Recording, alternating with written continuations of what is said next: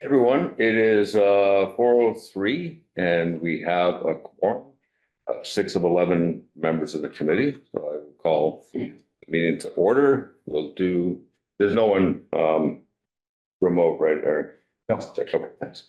So we'll do a round of introductions. I'll start. My name is George Tolumpsis.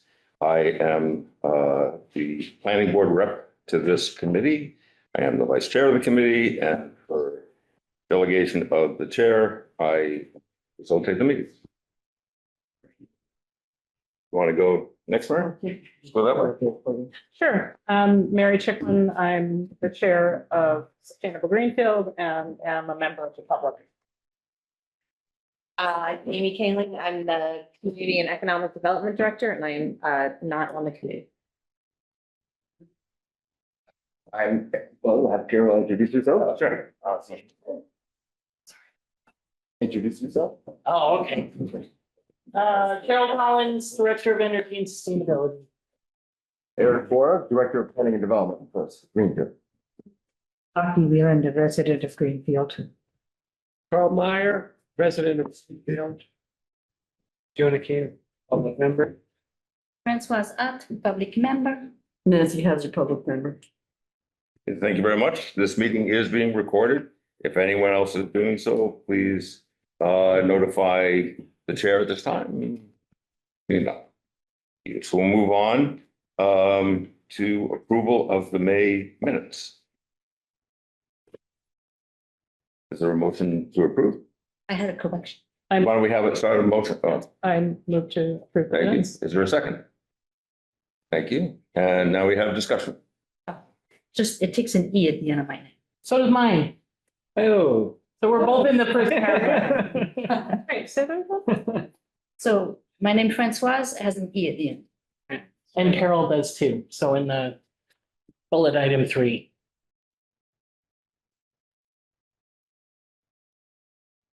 They were correct in the members present. Right. Great. Oh, okay. Any other comments I on? think the first bullet point under land use 1.5 doesn't need to be there. I think it was just a dupe from land use 1.4. The one that Oh, says yes. Yep. higher. Thank you. That's a duplication. Yes. Okay, thank you. Any other comments on the minutes? Hearing none. All those committee members in favor of approving the minutes? Higher. 5, I shall abstain because I wasn't there. I will abstain, I wasn't there. Oh, I'm sorry. So 4 and 2. No one, none against. Thank you. All right. Next is the part 3 of the 2024 master plan recommendations review. Till 5 o'clock for this. Before we dive in, I just want the members of the public, if no one is opposed to this, and if you would like to speak earlier in the meeting and would prefer not to sit through the meeting, we're fine with entertaining public comment earlier on. Is everyone okay with that? Yes. I do have to leave early, so whatever works. I'm happy to see what you do. Okay, great. Okay. Good. Okay. Go. So Mary, I had, before the meeting, I'd asked if there was one item from last month I was sick, so I couldn't attend, and one thing I wanted to ask for clarification about. You okay with revisiting that? Mhm. So this is under land use 1.6, which is improve and expand safe pedestrian and bicycle access and public transportation downtown. And one of the implementation strategies, I think, there was about explore the feasibility of a public transportation bus in Greenfield. Do you see that? Yeah. Yeah. Okay, so I am asked to revisit this because I'm very well versed in public transit around use public transit. I counsel clients I work with every week on using the bus system, and I've been for about 15 years a member of the Transit Advisory Committee of the FRTA. So I couldn't understand what that meant. I wanted to ask for some expansion or clarification about that. My recollection was that was a Hannah thing. Okay, And my recollection is I said, we have one in town loop, number 21, I believe it is, Mhm. already, so I'm not quite sure what it was, what more she was looking for. Oh, no, she had an idea. She had something she's Oh. working on, right? Oh, maybe so. I just have this memory of it being free, of some other place that had this in Yes, place, that and was that there it. would be, it's a relatively short, like, short distance, covers key points in town, and is a continuous loop that's free for people to hop on. That's my recollection. Did you have more to say, Carol, or before going on, Derek? Did you have more to? Okay, Why Eric. don't we let Eric go, because he's on Thanks. the FRP. Yeah, I'm the chair of the FRT Advisory Board and Greenfield is well served by bus service. Many different routes throughout Greenfield and the immediate area. And it's free for the next year, and it was free since COVID, and it's probably gonna remain free for the near future. Oh, all routes. All routes, Oh. All fixed. all fixed routes. Hi, where'd he come The from? demand service and transit service, there's costs there, but the actual fixed route service is free, Wow. and for many years now. Yeah. And I'll call on myself. That started, as Eric was saying, and it was pretty widespread that it started at the beginning of COVID.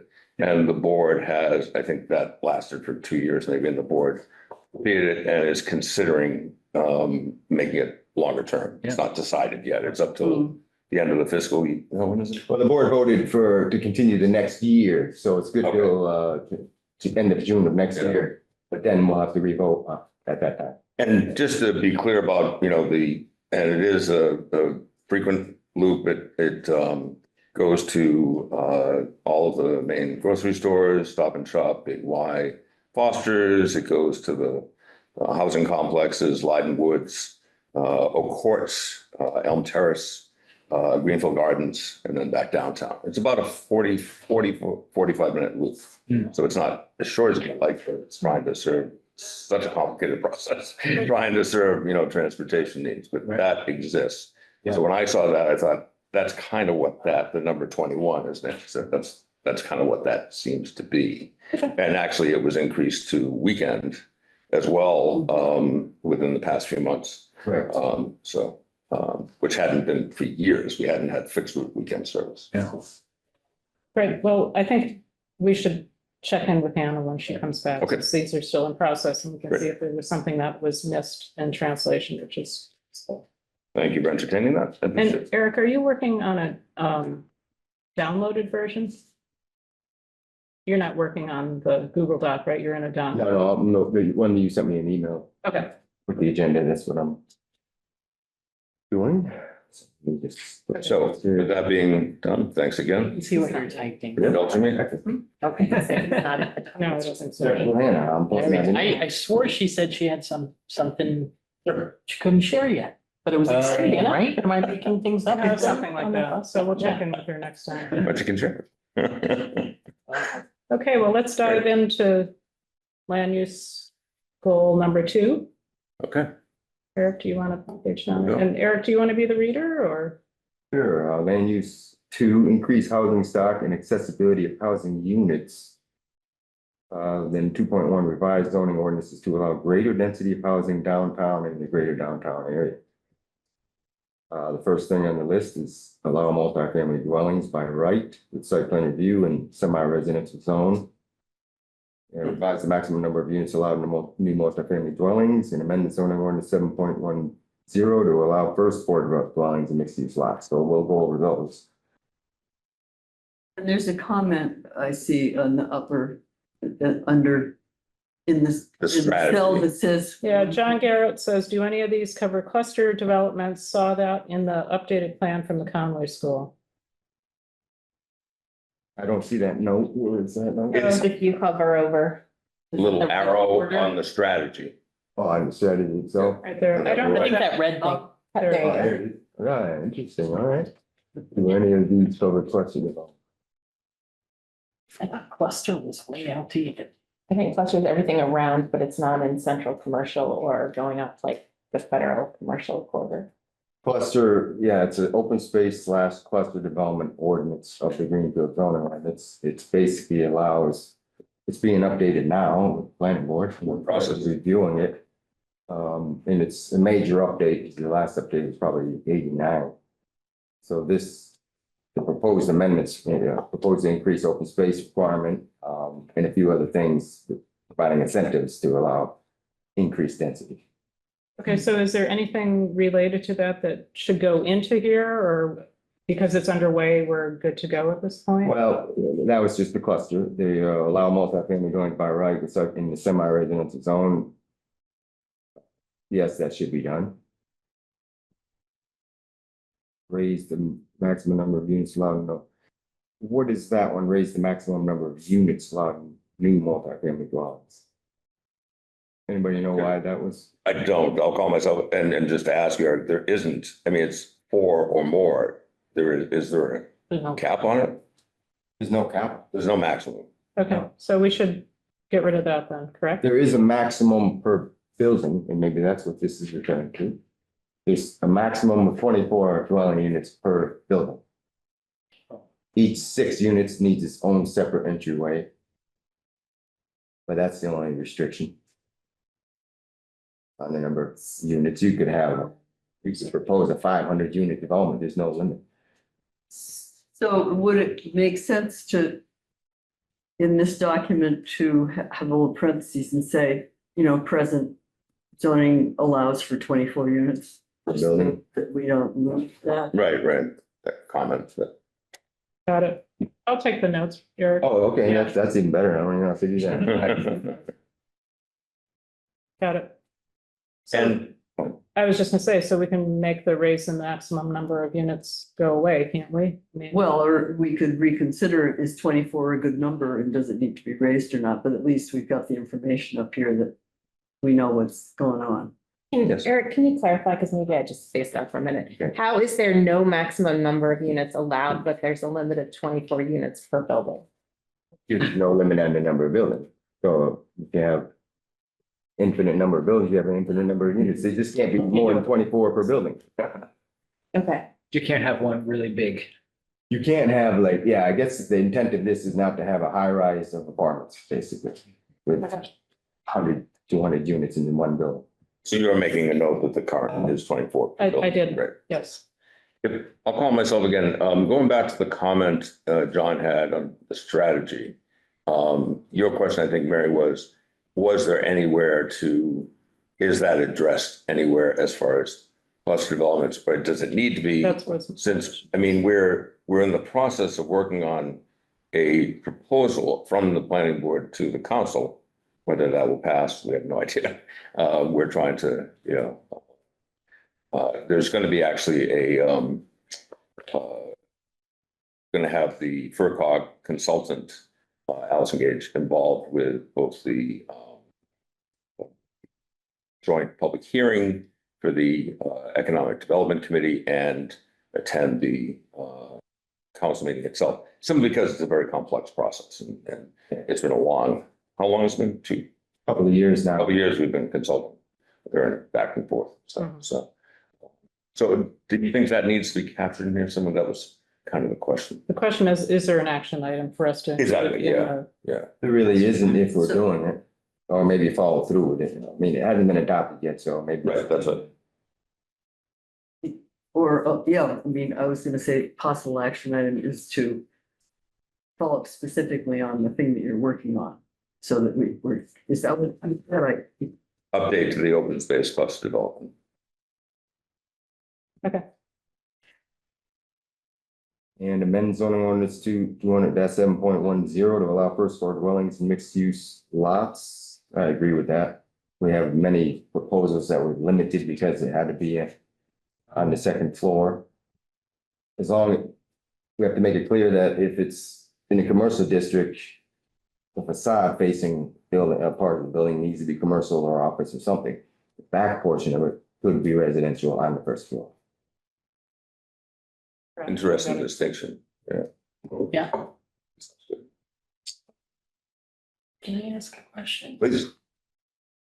so one of the new newer, actions that have been happening in communities to increase density as they're eliminating single-family housing? Has that been approached at all or mentioned or? Eliminating single family housing? Yeah, it's bold. Wow, But big In- cities that In you'd the get entire surprised. town, or just, wow. I think that would never fly in a town this size. Someone's gonna do it. I don't say it's Greenfield, but I was wondering if that's been discussed. No, Okay. Not by us.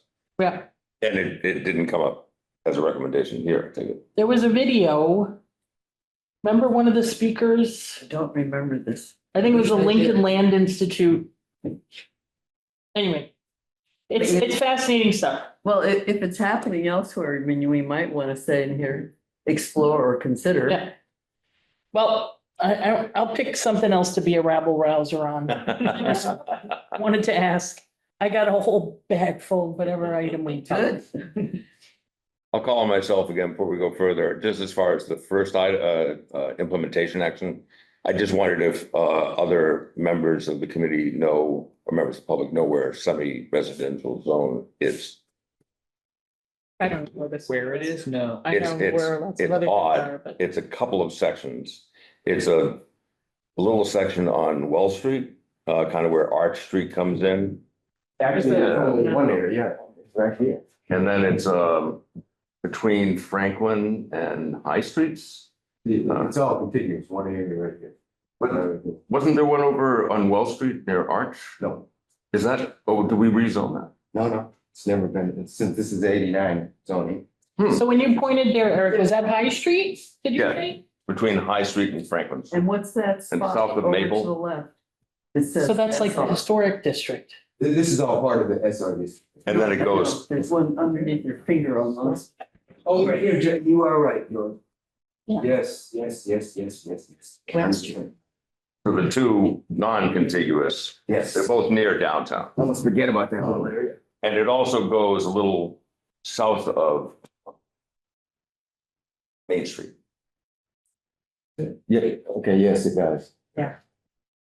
Yes. And is there any relevance to our, anything that has to do with the action items or just? No, I guess, it was intriguing to me. So what was that? That was the first, allow multi-family dwellings in the semi-residential zone. SR stands for.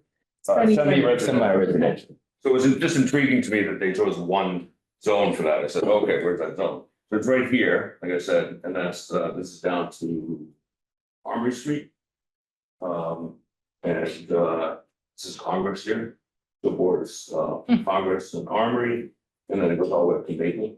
And again, between Franklin, mostly between Franklin and High. And then this little section over here is Arch Street and goes up to Grove. When you look at this, when you look at the zoning map, it's intriguing. Yeah. Yeah. So I just wanted people to know what we were. semi supporting. meaning half residential, half commercial, or? It allows additional uses other than housing, so that's why they call it semi-residential. It allows what, multi? Additional uses, I'd have to look at the zoning ordinance, in addition to just residences. Like the RA, the RB and the RC districts, mostly about all residential uses. But they have bigger lot sizes and front requirements and all that, but the semi-residential allows additional uses. And we'd have to look at the zoning ordinance to see what they'd be. Yeah. And each zone has, at the beginning, it has a purpose. And so I didn't refresh myself on the purpose of this, sorry about that, but. Does anybody have a zoning ordinance? Nah, I'm gonna bring With this that, up. now they pull that out. I was like, Okay, 200 pages. Okay, let's focus. Next time I'll bring this on. Thank you, I just want to make sure the committee was. Let's focus. aware. All right, so the next item is, Eric's reading, right? So Yep. Eric, and Look for ways to encourage single-family conversions to 2 or 3 family There you units. go. And one of the things that has already been done, there's a couple of zoning amendments a few years back, is that 1, 2, and 3 family units are allowed by right in all residential districts. And that's very progressive. Very few communities do that. And so Eric, calling myself, that would allow someone to convert a single family by right as well. That's it. Exactly. So in a sense, the rezoning has encouraged people to do that. But I don't know if they even mean additional incentives, or we could talk about what those could be. Yeah, this seems pretty vague to look for them, like, Yeah. Eric, do you, or does anyone else present have specifics about what that would be? I mean, I suppose there could be economic incentives, you Yeah. know, like housing rehab type Mhm. projects, but That's just staying to conversions. Yeah, I was gonna mention the housing rehab program because if you offer grants for them to do code improvements and all that, roof improvements. They made me encouraged to do that. So instead of look for ways to encourage, develop economic incentives or. I think it still would be a look for, I guess the economic incentives I'm thinking are already out there. It would Oh, just trying to fit this type of a program into pre-existing. It's I not see. like we have funding to something new. develop, but Yeah. I don't think we need to list what those are. I think this thing is saying, look for ways. So be creative, like spend some time focusing on thinking of ways of doing this. That's what I read. I don't have to think of it now, but Exactly. I mean, to clarify, you could say that converting is allowed by right. We need incentives, something like that. yeah, we should make it clear that it's already allowed by I right got in it. all residential Yeah, districts. I already added that. Excellent. Okay, Thank you. Consider allowing detached accessory dwelling units by right now zones. Yes, I agree, and right now it's special permit. Going back to ZBA planning board, ZBA planning board, now it's planning board. Can you say that again? It's, It's required, that detached accessory dwelling units all requires a special. okay, permit in all approval zones. In all zones. But it's allowed in all zones? It's not allowed in all zones, but all zones in which Well, it's allowed, Yep, yep, yep. it requires a special permit from the planning board. and that has, I'll just comment, that has generated a lot of reaction from the public, various perspectives, but there's a lot of resistance to that and property owners wanting some protection of the special permit process. I wonder, is this the consensus of this committee to support that? Yes. Yes, I think we should still try, even though it's contentious. I think that we need to consider it. We shouldn't just take it off the table because it's contentious. I think it should be allowed by right in all the districts. Yep. And it is in many other communities. Mhm. So I think it comes down to an education piece and I mean, there's some really amazing things being done with ADUs to address like homelessness and, you know, you want to get people riled up. Exactly. And I get it, but yeah, So maybe it should be stronger and say, work towards achieving, this. Do others agree with that? Yeah. Okay, Eric, did we skip over we did. one of the? Oh, yes. Thank you. Revise dimensional regulations to allow row houses in the central commercial, general commercial, semi-residential, urban residential zones.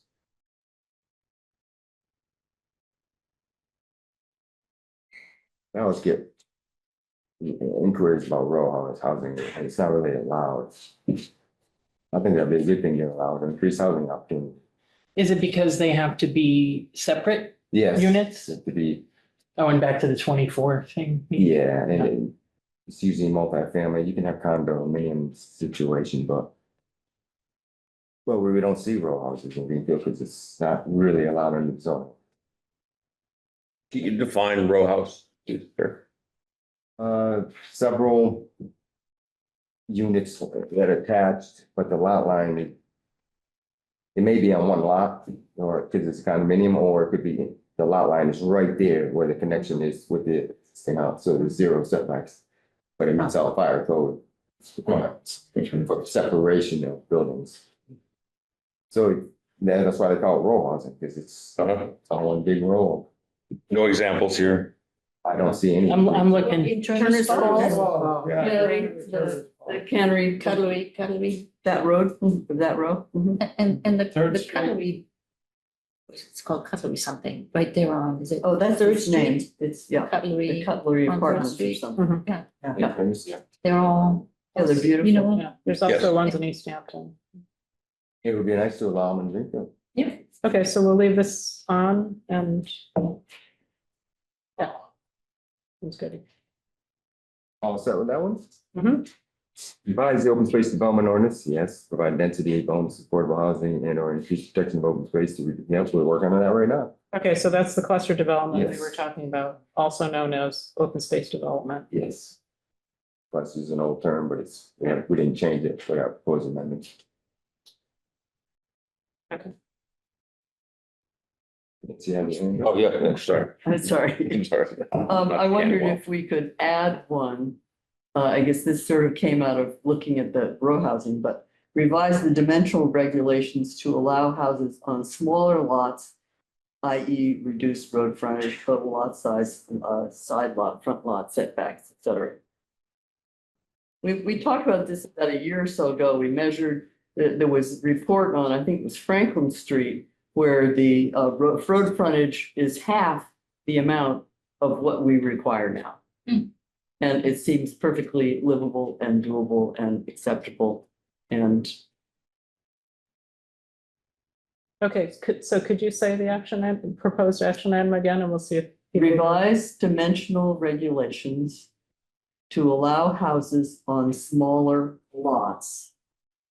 And then I put a I don't know if you need an explanation, but I put parentheses, reduce road frontage, total lot size, side and front setbacks. Those are all the issues that you'd have to change, right? Did I name them all?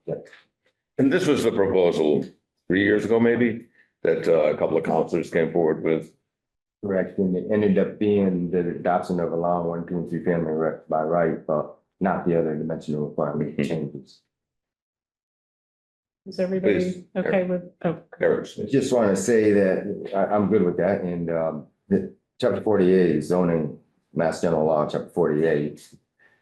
The minimum frontage that they allow for existing lots that are existed long before zoning is 50 feet and a minimum of 5,000 square feet. And I haven't seen lots go down to 50 feet, some of them, but it's usually 55 feet, those urban lots that have frontage. They don't need 65 feet, which is the requirement, but they have 55 feet. Just throw all that information out for it. you said minimum 5,000 square. feet. 5,000 and 50 feet of frontage. Yep, got And that. for a duplex, it was 7,500 square feet with 50 feet of frontage. The other thing I wanted to mention is, to me, I understand the concept of a rear yard setback of 30 feet, but it seems excessive. It's to protect, it allow you to have you enjoy your backyard, but it seems excessive. Yeah, add backyard into the list I just said. It seems it's missing. Oh, you didn't say rear yard? Okay. I I think- did not say. I added it You did. already, yeah. Thank you. Yeah, because let's say the urban core area, the setback for sides is 10 feet, that's reasonable. Front yard is 25 feet and the rear yard is 30 feet. And front yard may be excessive too, but the rear yard seems very excessive. What is it currently, the back? The rear 30. 30. 30? This is for the RA zone, that's just for the RA zone. Okay. Yeah, I mean, you look at. Sorry, it's not huge, but it's, yeah, Well, you look at urban places and. Yeah. 25 feet setback. If they're smaller, people are more likely to take care of them. That's true. Okay, so this new action item, is it only in one zone that we're talking about? No, I think we're talking about probably all residential zones. Okay. And the idea was considering reduction, right, or reduce. Because it would be perhaps different proportions for each one. Oh, yes, we wouldn't want the rural residential to match the urban Right. residential. Right. Why not just? I think that- One thing I'm hearing a lot, can I talk? I'm sorry, I know I'm supposed to raise. my No, hand. that's, thank you. But it's kind of these preconceived notions, and the one thing that I continually come across when I see really exciting things is that it's kind of people are rethinking everything. And while it might not be for me, I think our job is to allow as many things as possible that reach toward a goal. And there's a lot of really innovative stuff. Northampton, I don't know if you know, but I know when I bought my house, I called up because I wanted an ADU in my backyard. And there's like no minimum lot sizes, I think.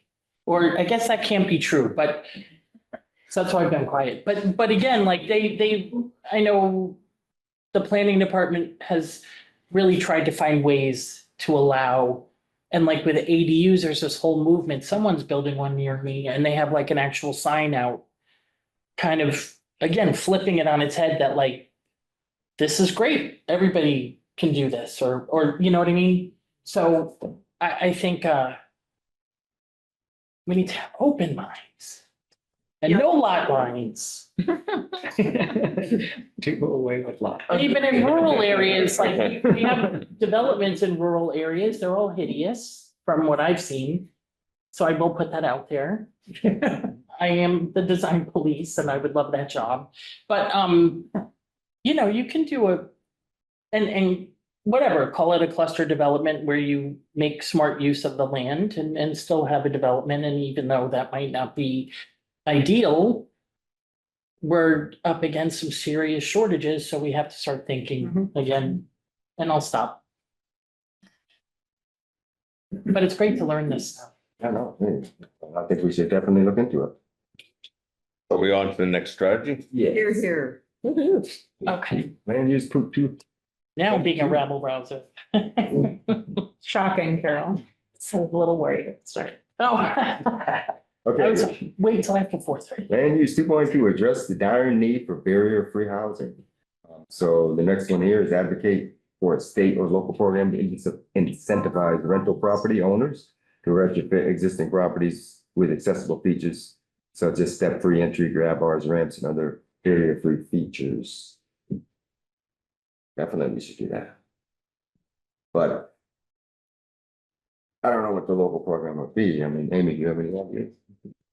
Again, my brain goes to the various housing rehab programs that already exist that could be expanded maybe to include this. I don't Anybody know know. about Stavros? Do they still do it? Down in Amherst? Did you ever deal with them? Not for a long time. Haven't dealt with it. But wasn't that something that they did? Retrofitting homes? Not sure. Okay, yeah. From my opinion, or just from my little bit that I know about it, I feel like we need to be thinking about new programs. Because if we're relying on any sort of existing programs, we're just not going to get there. I mean, you know, I think it's something like very free housing is like 0.05% of all housing stock in Franklin County or something just completely outrageous like that. And as our population keeps aging, you know, we're all gonna need these things, so. I fully support this. My only question, the others seem more clearly land use related. I'm a little confused why this is in the land use chapter and not, this seems like it's more of a housing description. The others are directly related to how the land is used. But we acknowledged during the process that housing came up, even though, you know, we weren't updating the housing chapter. It's unavoidable to, Right. you know, we don't want to just say, oh, well, we're not doing the housing chapter, so we'll just set it aside. The previous ones that related to housing seem directly related to how we were using the land. This one is more around the specifics of the buildings. That's just my question around it, but I support it. I was just thinking of the Deerfield Street. The 7 tiny homes, I believe, are all barrier free. So I don't know if they were thinking of new developments that it should. I just want to say that, you know, I think the market is going to take care of some of this. This should definitely be on the list. We'll look into it, but obviously as the baby boomers retire and need such housing, already, you know, we have a developer that's proposing 2-3 family units, ground level, totally accessible. Why? Because, you know, it's the demand is there, so the market's going to take over some of that, but we should look into it to strengthen it. I'll call myself, I appreciate your point, Jonathan. I wonder if, this is a, relevant thing to, you know, to focus on. But I wonder just from the point of view structurally, if we should say, oh, well, this was discussed by this group and it's great, but we should actually shoehorn it into the housing chapter and not have it here, because it doesn't really fit from the point of view of land use per se. I don't think there's anything stopping the planning board from taking this great idea and seeing how it fits into the housing, chapter. I don't know what is in there already. I don't know if the group looked, or if you guys looked at how that is reflected in the housing chapter already. Do you mean accessible house, barrier-free housing? Yeah, was that referenced I don't in? recall now. I Yeah, don't believe if it's in there, it's not highlighted in this Not in delightful this way. level of detail, but Okay. it's definitely there. that would be my suggestion. We consider recommending to the planning board to, actually. Do you have any thoughts about that, Eric, as far as the?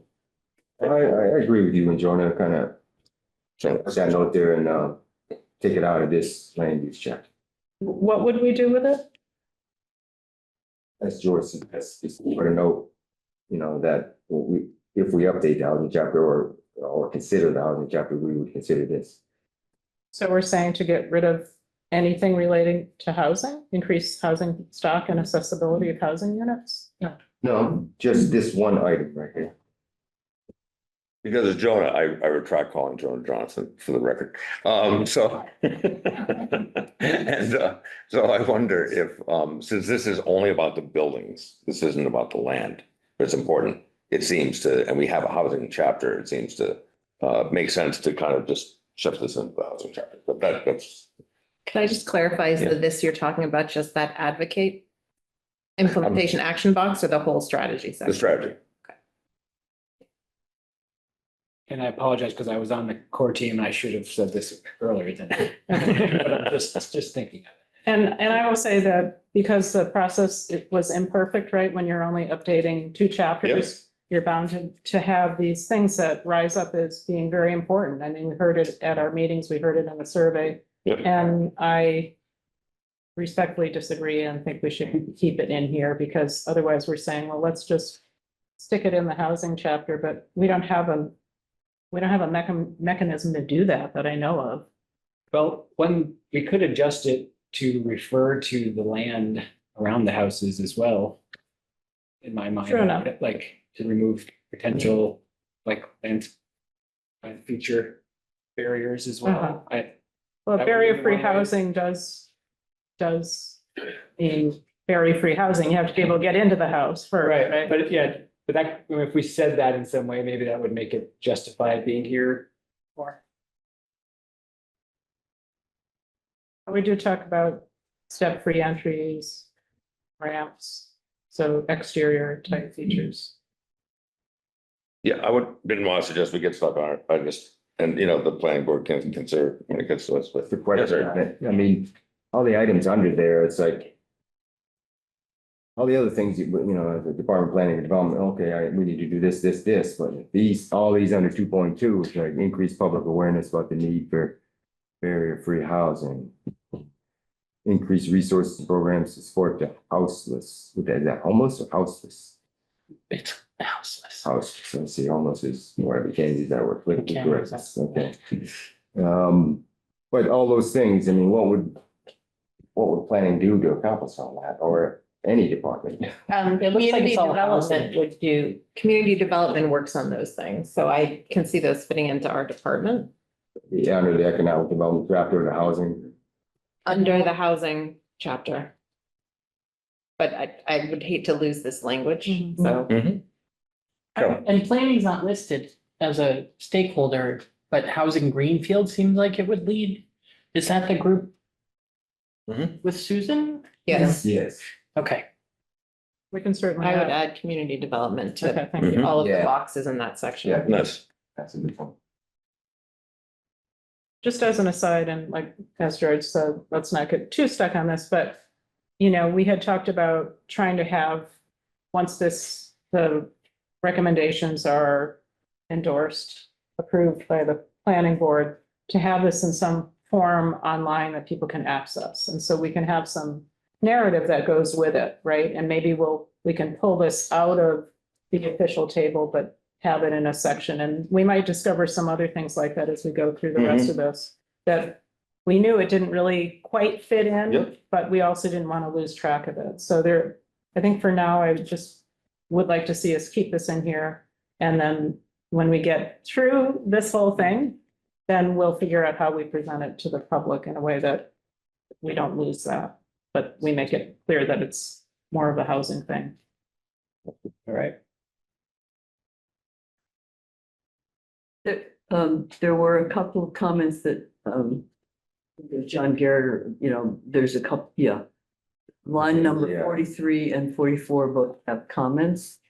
There's that little colored thing in the corner, I see, let me see if you have any comment there, no? Comment there, no? There, all right. that one. Mhm. All right, so this. Okay, okay.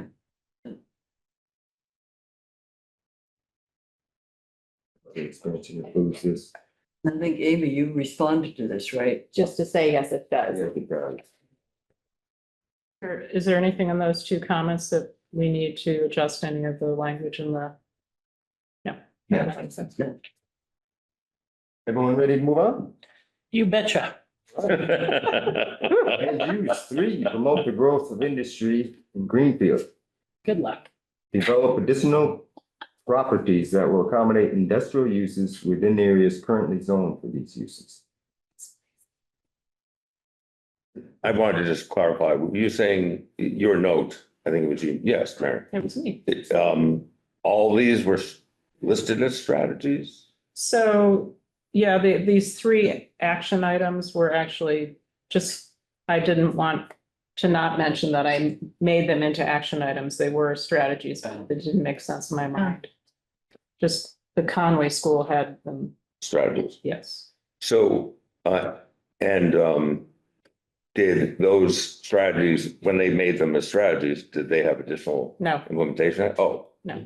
Okay, that's why I said it didn't really I see. make sense. So now we need a strategy to speak to those 3 implementation items. Oh, I Actions. see what you're saying. Oh, yeah, don't we? What? Yes. So we have a blank for the strategy, yeah. So we do. Under, Oh, okay, got it. So what's the theme here? growth of industry. Promote the growth of industry in Greenfield is the strategy, isn't it? That's the That's the goal. goal, Oh, that's Goal. right? And what is the? Yeah, I'd like to take it in a slightly different direction. Is it encourage, or I guess we could use promote again or whatever, but sustainable industry in Greenfield. The industrial uses makes me kind of cringe, but we definitely need a lot on the green jobs front, and there's money for that, and if it's agreeable, Okay, to add the word sustainable and just to. sure, before- sustainable industry. I'm good with that. I would ask what sustainable is. So it'd be like Such a word. building things to encourage, like heat pumps, we have a heat pump manufacturer, or making cotton insulation out of recycled clothing, or pellets out of styrofoam. So when I see sustainable industry, I could interpret that 2 ways. One is, what is the type of industry? Is it Yep. related to sustainability versus is it, whatever it's making, Right. is it a sustainable? Right. So you're That's the way right. I look at it. Yeah, that's The second line. we can have requirements, or, like with LEED, there's things like that in the sustainability world. So do you want to Make sure say their a practices- green industry? Would that be But I- clearer? It's a little more nuanced Mm. to get at what George is saying, which does make a lot of sense, because if they operate their business in a sustainable way, do we care what they're making as much? Not really. Yeah, Exactly. Because it talks about public health assessments. yeah, I see a For lot. example, and so that seems to address some of the concern you're talking about, but not the type of industry. Chairman, which types of industry? The industry was creating guns, for example. Optical. Section where my son works. At NXT. I don't think you can dictate what people do. Mhm. Not that I don't want to. That, again, it's just, But that's I know. not, when I heard sustainable, I was also thinking, does it have to do with the business that's gonna go on forever and ever and you can do it forever? Right. Or what? And so that's why, yeah. What if, and Yes. what if an additional implementation action was something around like, encourage, incentivize, prioritize, try not to use the word sustainable, but green, industry that promotes green development, green industry, however we say that with their words. Yes. Meaning keeping the first one as just a general, Mhm. you know, more land, I just scrolled it. The first one is a general industrial use, and then there could be another one which tries to incentivize or promote green industry. I think it could use green industry. You feel like that's not, That's okay. I mean, back in the aughts and maybe the late nineties, it was developing like sustainable industrial parks. So ideally you'd have businesses that could kind of complement each other and one could use the other's waste stream and so again, you can't be environmentally too, sustainable. there's so many opportunities, so maybe vaguer is better so that it's not limiting, but But we don't. I just would hate to see, and I'm trying to think of an example, but like, isn't there a company up there that makes ice? Some of that. It's like incredibly energy intensive to make ice. It's sort of like the same to dry clothes. You know, something wet and you're using electricity to make it dry. So trying to just like rein in, I don't even know. Forget I said anything. This is why it's so hard. See, I type and then I delete and type and delete. You type, whatever you type is great. I deleted. Oh. You said, forget I said anything. I didn't really mean that. Control Z. John, we have 10 minutes left Yeah. already. I'll John. just say, so the thing I picked out of what you were saying, Carol, the thing that I thought was the best to keep is an industry that has a low impact on the Yeah, surrounding okay, community. I was Right. trying to think of some kind of term. That's it, low impact. Yeah. Yep. And is that the goal? Is that a goal or is that one of the? Strategy. So I'll offer, I think the goal is fine. I would actually respectfully disagree, Mayor. I think what had been a strategy could remain as a strategy. This is a land use chapter. And we want to maximize land that's available for industrial use. And that's what is now the first implementation action says. That seems like that's the broader thing. And I like what's now the third implementation about, and that seems, in many ways sustainable, about food processing, so, Yeah. ecosystem. And I think what you were just talking about would fit very well in there as far as, either green, incentivizing, whatever words are being used about that. But as far as that doesn't seem like a bad strategy, actually, to me. Can you clarify then, are you suggesting that all three of those should go back to being strategies and then we should have action items underneath that, or what are you saying? No, I'm suggesting that's right. Thank you for pointing out they're all three, because I hadn't looked at it in that format. I think the first current implementation action makes sense as the overriding strategy. I think something close to that. The others? So it's agree? wanted to promote the growth of industry. So for a land use chapter, we're saying make sure people can use the space that's available to them. But it says currently zoned.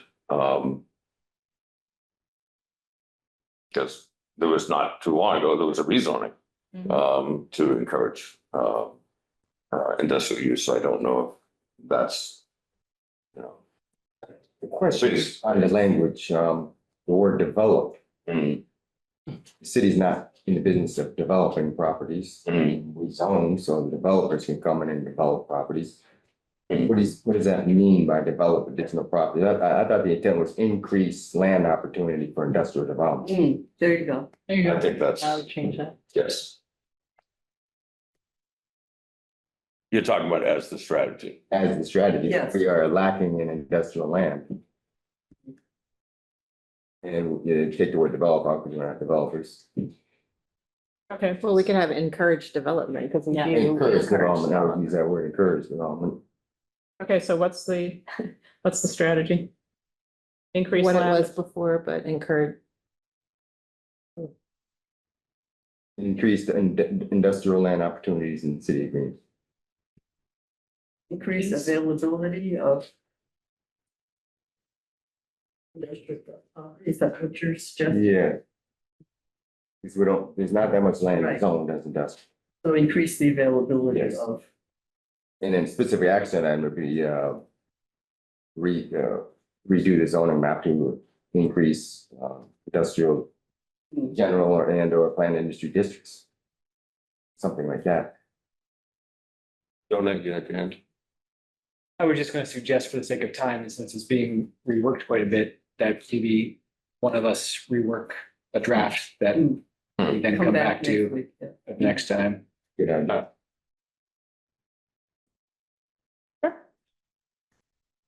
You want me to do that or who wants to yeah, do that? Eric, are you willing to take that? Yeah, so land use section 3, I will take a stab at it. Okay, Bring it back to the next meeting. thank you. Thanks for that suggestion. It sounds like there's a reasonable consensus on adding something about the. What is it, low impact? Yes. Yes. Effective industrial development. In the word sustainable, I'll figure it out. Yeah. Can I just, 10 seconds? Please. Timing. It came up initially because last meeting, we talked a little bit about workforce development and addressing a lot of the issues we have in the community of unskilled laborers. And so I was thinking of this dovetailing with that, that we'd have Definitely. industries that could employ people that are currently unhoused or coming out of jail or unemployed to go build our whatever, green things in a low impact way. Yeah, this obviously dovetails with the economic development chapter. Yep. Were you suggesting adding language about that or you just It's pointed it already out? in there. Oh, It's in earlier, okay. but I just wanted to put that out there that that's what my brain was thinking. Mhm. We have 5 minutes left spotted for We this do? item, Oh, just for this item. for this item. No, I thought we'd eaten that up. Unless the. We want to talk about water infrastructure, please, please, please. Are we not going to the next one? It's up to Mary. I'm just pointing out the We time. can spend 5 minutes on it. Yeah. And then we'll have to move on to others. Okay. Land use 4, goal 4, ensure that Greenfield's water infrastructure meets residents' existing needs, allows for possibility of development, and can handle climate change related stresses such as flooding in ways that are environmentally sound. And then, of course, the strategy is continue to repair and renovate the city sanitary sewer system to ensure reliable service to residents, prevent overflows during heavy rain. And then the first strategy, the actual implementation item is continue to pursue and maximize benefits from state and federal grant opportunities to fund sanitary sewer maintenance. Definitely. Ensure that rates charged for municipal services keep pace with the need for repairs and maintenance. That's timely. Timely since fees are being raised.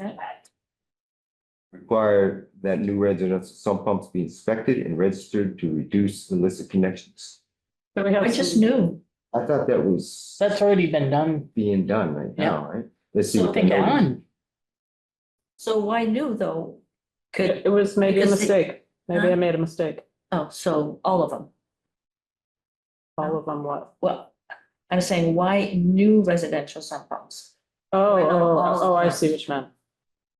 Because we don't know who has them? They did run a program. Sorry, No, please, yeah. that the DPW would come out and inspect them, and then there was a grant to offset the costs to get out of the, not supposed to be connected to the city at all. And I thought Alan was doing that, and then I thought they stopped it.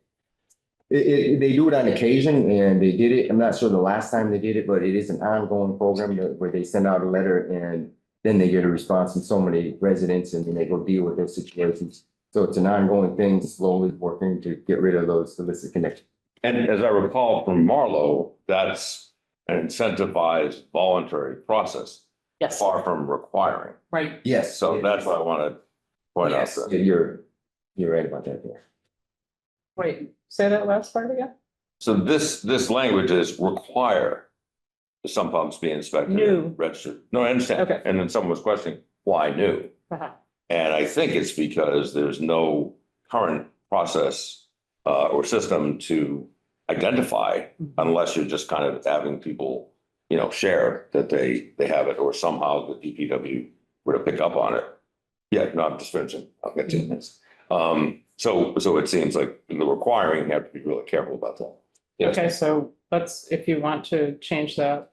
I'm just throwing that out for part of the discussion. Okay. Just Nancy.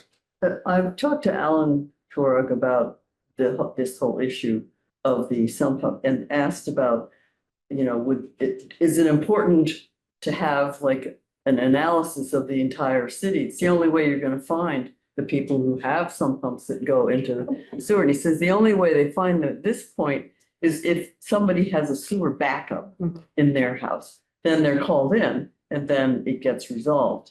But the other thing that he said was that the contribution of the feeling in the city is, they didn't have any hard numbers for this, but that the contribution to the sewage overflow during rain events, that the contribution of the residents is tiny compared to the INI. And so they're just not focusing on So sense. What's iron? infill and inflow and infiltration. So all the gaps in the sewage pipe that's. All crack pipes and broken pipes and things. I don't know, seeing my sump pump that goes 24/7. And where does it dump into? In my yard. Okay. see, But then when you're we in moved in, it compliance. was going into the sewage, so we changed that. But that's a lot of water. I'm surprised. Well, maybe it's I was little sur- compared to. I was surprised, but anyway. What do they use? Something like 7 million gallons a day goes through the wastewater treatment. It depends, 3 to like 7 million gallons a day. With no storm events. So we're technically at time in this issue. We want to just, of those implementation actions we covered, confirm if we're all set with those, so we can have a starting point for next time. What to the first one, please? I just have. I think, no, I'm sorry. No, good. I'm just gonna say from my perspective, from the climate action perspective, that number one item and just this whole section, water infrastructure, it's major. It's a major thing and it's really a top priority. And I may have said it, I might be a broken record, but our climate chief, who she knows her stuff. She is calling this as our top priority. And that we still have to try to get out fossil fuels, and that's still critically important, but where we're at now, we have no stable climate left, and this is what we need to do. So I think whatever we're looking at, because that's gonna be more of my focus also, is this is kind of the top. So are you moving that we put that first implementation action in all caps? Is that it? Sure. Highlighted. Flames. Especially Yes. next, Jonathan and Mary, last comment. just especially the next, what we're gonna talk about next time, I think, Ah. especially. Oh, yeah. Especially It's- a weak Yep. area for Yep. us to grow, so. So. Mary? I, Sorry, Mary? I just wanted to suggest, just like Eric's sort of reworking that other item, I'm wondering, Carol, if you have specific things you could bring to us for Sure. next time. I can bring the climate report recommendations. Let's see, how would we do that? It would be nice if people could see them ahead of time. If I don't have to write them, you'll get them ahead of time. So, the point is, if this section needs some reworking and working, which I think it does, it would be great if you were able to help us along with that. Sure, and I don't know, Eric, we've talked about it a little bit, because it does, like with the MVP kind of overlap. So. Yeah. Yeah, I can check in with you. Yeah. All right. Sounds good. Thank you. Last comment? So who writes the grant proposal? I mean, the grants available. So who are the writers of those proposals for those grants? Which would, if we got them, it's great and gives employment to people. Some who are not very skilled, perhaps. Well, for this, we have a grant writer for the city who's now full-time, so that's a godsend. And then department heads like Eric and myself and Amy also seek out and write grants. It's a fun projects. Am I misspeaking? Not misspeaking. Good question. So Great. So the next, to be continued. The next item is SGIC Open Space Task Force update. 10 minutes back. 10 minutes is more than we need, but. Excellent. All right, here we go back to the water. Yeah. We had our first meeting, so that's, we're launched, which is exciting because it's been a goal since at least 2014 master plan, perhaps before, for folks who know before. It's not exactly what the goal was, which was to have a freestanding open space committee. Due to mayoral resistance for 3 consecutive mayors, we found this alternative route, and it's going to function the same as a freestanding open space committee would. So there's really no loss to us, I believe. We have a small team at the moment of Mary, Francoise, and myself, and 1 rep from the Conservation Commission. The Recreation Commission was not able to provide, nobody had the capacity to join, unfortunately. So we're lacking representation from Recreation. And we are looking to add, as the newspaper covered, we were surprised to see as the headline from our first meeting that we were looking to add another member or 2 or 3. Another member or 3, I guess. But we had our first meeting, which was just sort of just getting organized, talking about our goals. And our next meeting next month, we will hone in on our first priorities, our first goals, which we're using the open space recreation plan, which we already have, of course. So we're using that as our driving document, plus the master plan and other places that have open space related goals in them. So we're sort of looking through those, seeing what we see as the highest priorities where there are gaps. As we've talked about, the recreation department is checking the boxes left and right on the open space and recreation plan as far as recreation related things, but a lot of the conservation related things are not getting as much attention. So likely to be moving in that direction initially. So, okay. I just was, excuse me, going to add that we're going to go through a process to basically inform the public that we're looking for additional members. So first, we're trying to figure out what kind of members we're looking for, like what areas of expertise. So that's still to come, right? Yeah. So is there any organizing document at this point? For example, if you had an actual open space committee to be added to the charter, it's like the SGIC has a section of the charter, specifies purpose, membership, et cetera. I know it's not going through that process, but I wondered if what you have maybe in writing, or anything like that. We have nothing in writing. I've looked at and talked with Mary about, for this group, we have it's called rules and regulations document. So using that as somewhat of a template to make a similar document for us, which describes the goals and the structure of it. So my thought was just that we would do that once, particularly after we have our next meeting, and hone in a bit on what our goals are, use that. Because it's unusual, because obviously you can have a subcommittee of the committee members here, but this is adding additional people Right. from 2 other organizations, or at least invited, Right. and then some members of the public. So it's kind of an interesting Different. hybrid. That's the Yes. word. It's hybrid. And speaking of hybrid, these are public meetings. Yes. So are these being done hybrid, or? The first 2, the last one and next month are exclusively Zoom for logistical Oh, okay. reasons. And then starting in September with our recurring meetings, they'll be in here. Nice. Yeah. Is that why he thought the reporter thought our next meeting was in September?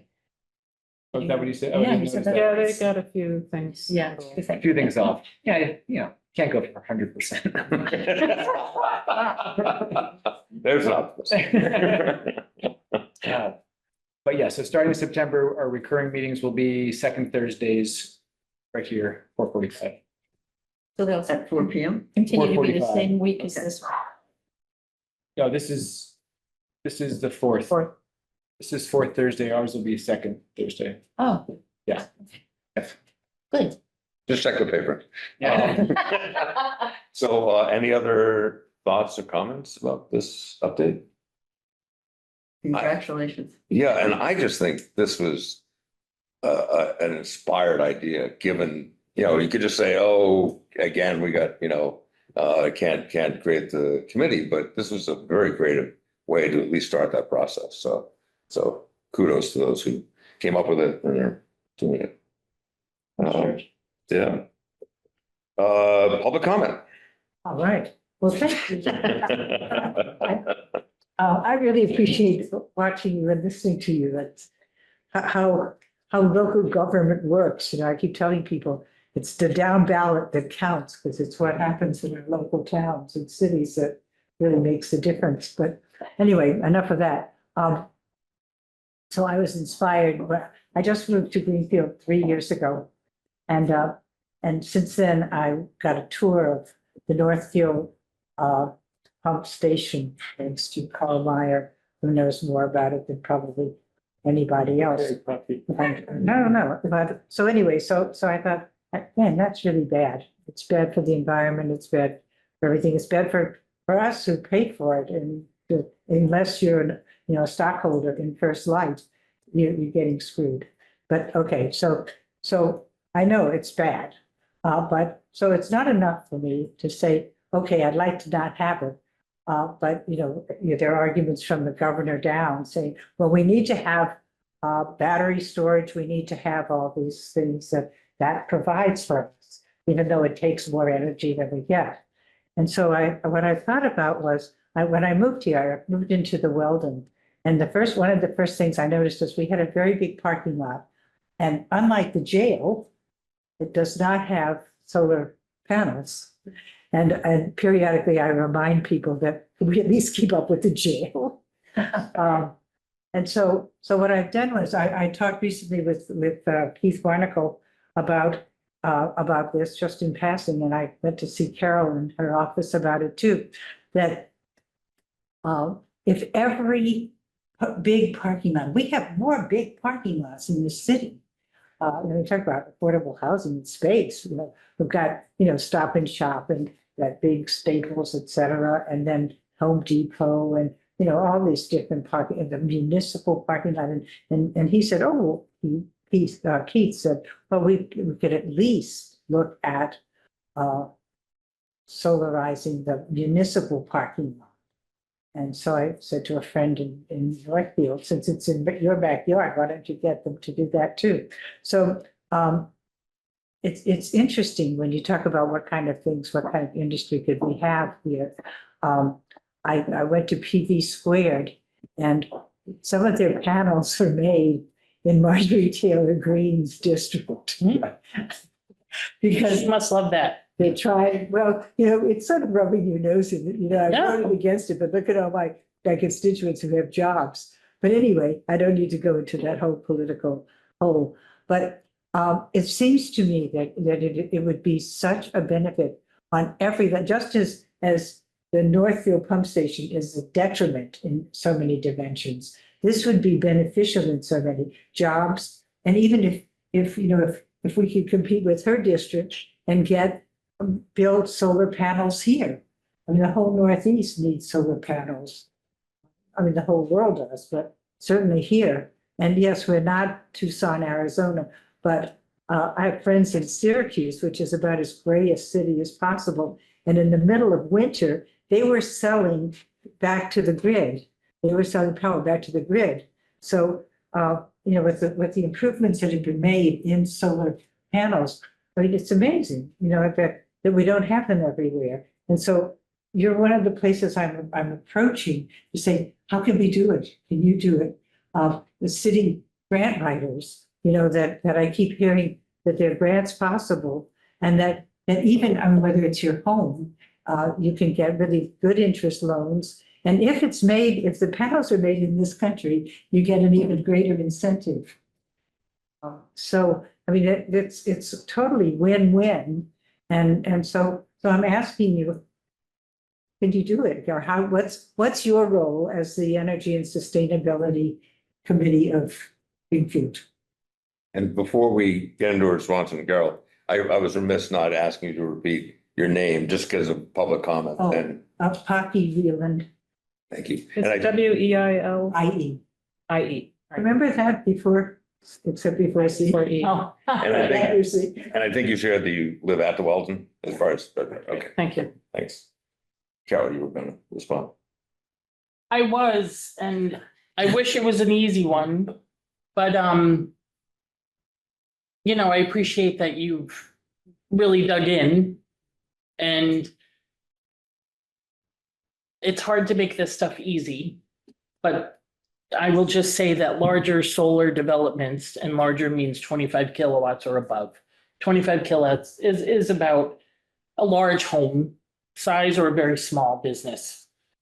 Anything above that is incredibly difficult to get approved, and that the whole market has basically been stalled for years now since we've had the new. So we've had 3 solar markets since the solar program began in Massachusetts. We had SREC 1, fabulous. Developers made out like bandits, most of them out of state. We have one of the best solar arrangements in the world. We paid a penny a kilowatt hour for 10 years for a 2 megawatt farm down on our capped landfill, and it was the first in the state. Yay, like it's known far and wide. Yep, $3 million so far and counting is how much we've saved on our electric bill.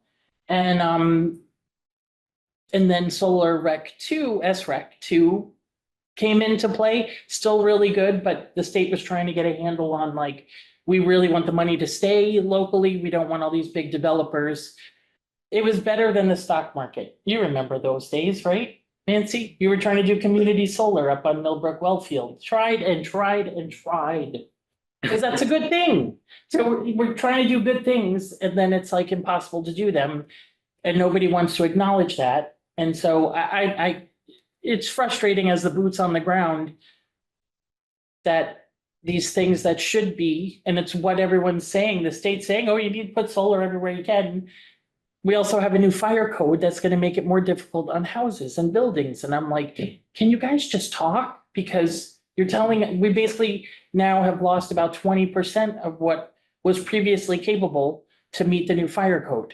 And again, these are 2 different arms of the government.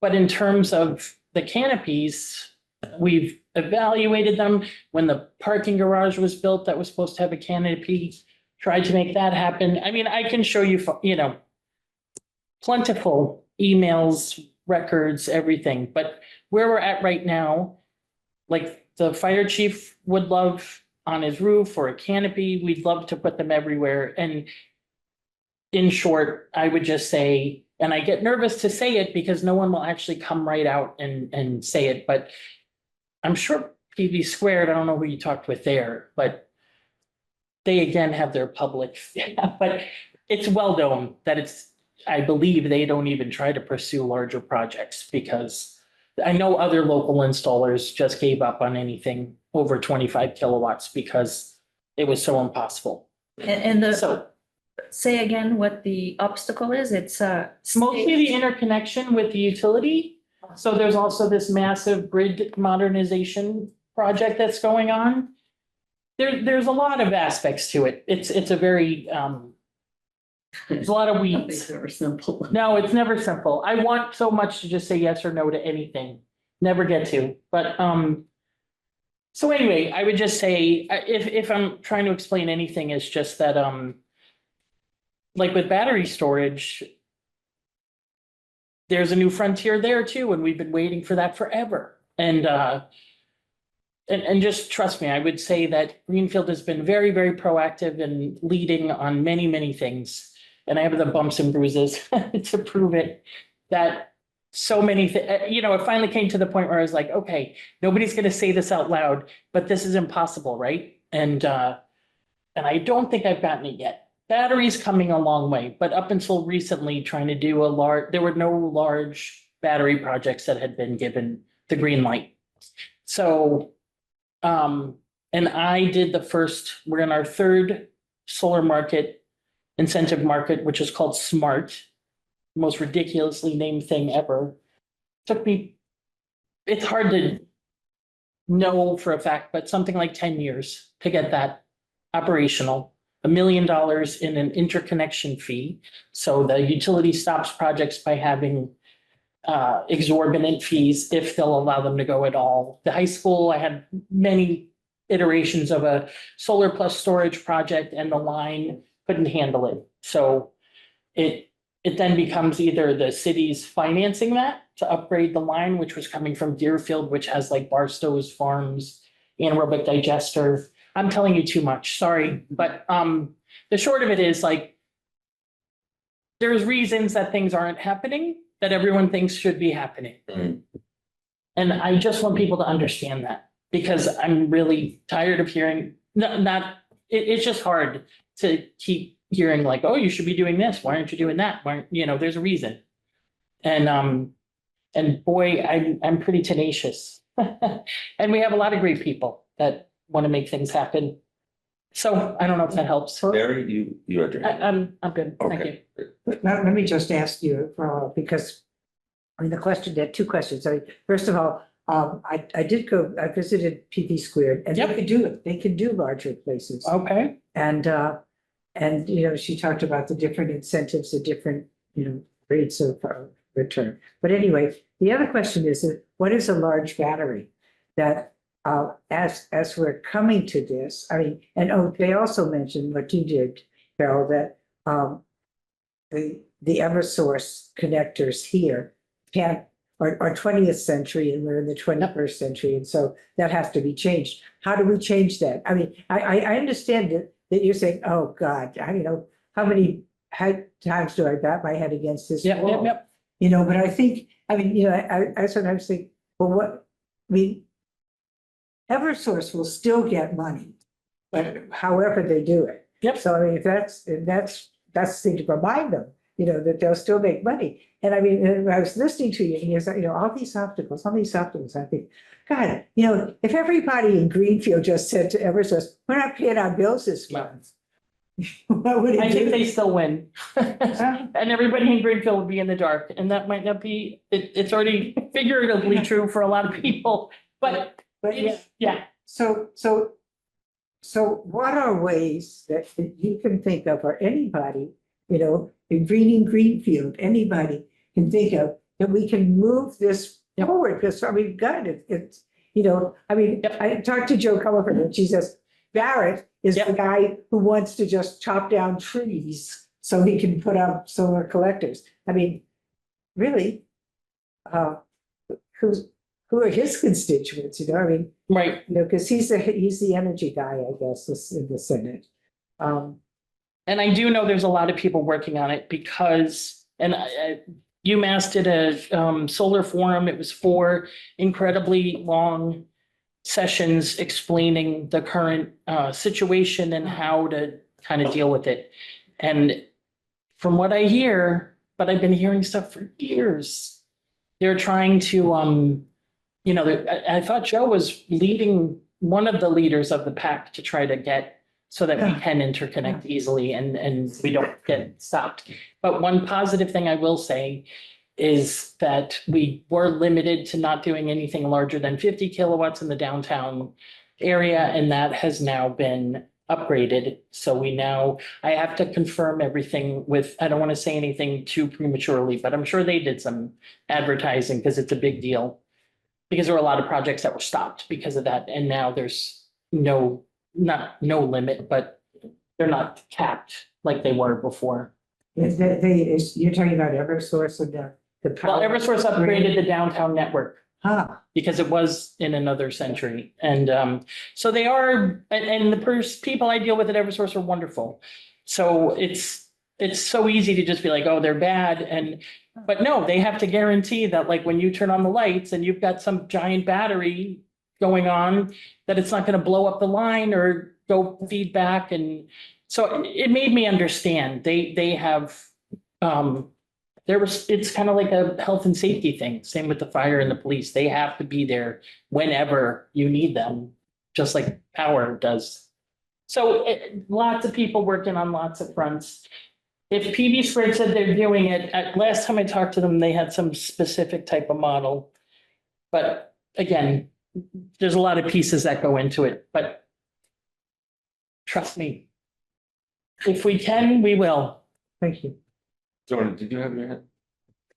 I did, but I think I just have a lot of questions. We can talk after. Not after, but yeah, Sometime. yeah. Carl, we're still in public comment. Did you have anything you wanted to? Again, I your didn't- name and. Whalen, Carl Meyer, Fort Square. Thank you. I didn't pay, these were not paid remarks about Northfield or anything like that. You want my honest thing? Eversource has lobbied against solar. They're also, they're a natural gas company as well. I mean, if you expect things to change, these are just broad remarks, okay? You need to, first of all, we need to think about re-regulating energy in Massachusetts. But you also have ISO New England, which is basically a marketing system. They are here to just oversupply us and never have us think about where our energy comes from and never have to worry about supply. And they are dominated by Eversource and so it's systemic, but I would not let any of the energy companies off the hook for being great people. It is now all about algorithms and how much money investors can make. So, it would have to come from a real groundswell. And that's, I didn't come here planning to make any remarks. I knew Poppy was gonna talk, but, the system would have to just change, but it is set up for consumers and corporations, for us to remain consumers and the corporations to keep control. With that, I've enjoyed, I appreciate your work and thanks for goading me a little bit, George. But, where my work goes.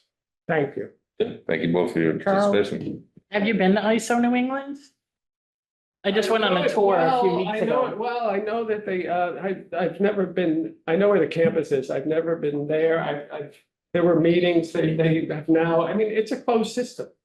It is. Well, they do tours, which we went on. And with a group. there's something beyond that called NEPOOL, New England Power Producers Association. I mean, it is all just run from the inside. Okay. And then you look at the salaries that these people pay and you figure out who the marketing committees are. And they're the people that run First Light Power, and they're the people that run Eversource and National Grid or whatever. The system is stacked against us making headway against climate change.